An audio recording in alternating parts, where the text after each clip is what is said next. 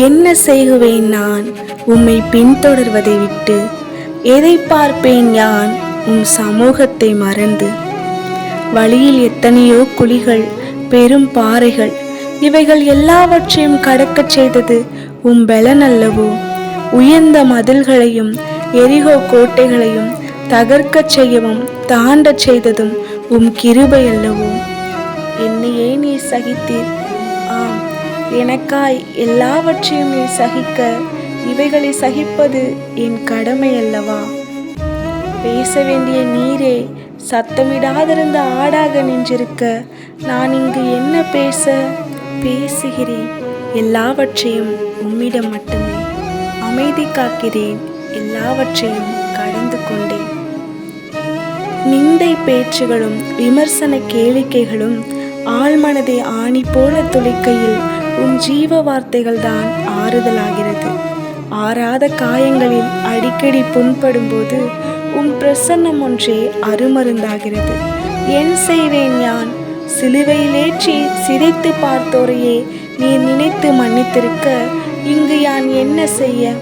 நானும் மன்னிக்கிறேன், மாறி மாறி அடிப்போரையும் பேசி பேசி வதைப்போரையும். உம்மை போல மாறிவிட்டேனோ என்றெல்லாம் தெரியாது. நிச்சயம் என்னை உம்மை போல மாற்றுவீர் என்பது தெரியும்.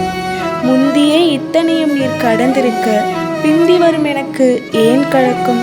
மறுதலித்த என்னையே நீர் மன்னித்திருக்க, மன்னிப்பை பெற்ற நான் எப்படி மன்னியாது இருப்பது?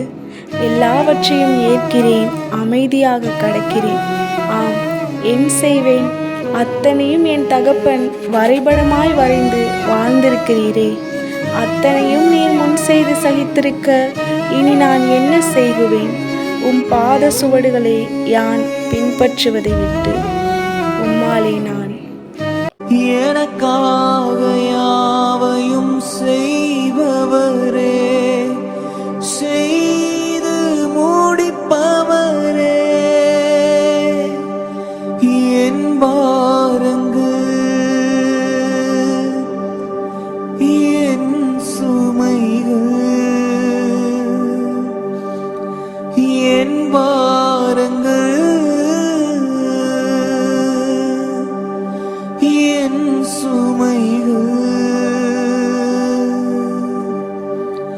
உம் பாதத்தில் இறக்கி வைத்தேன்.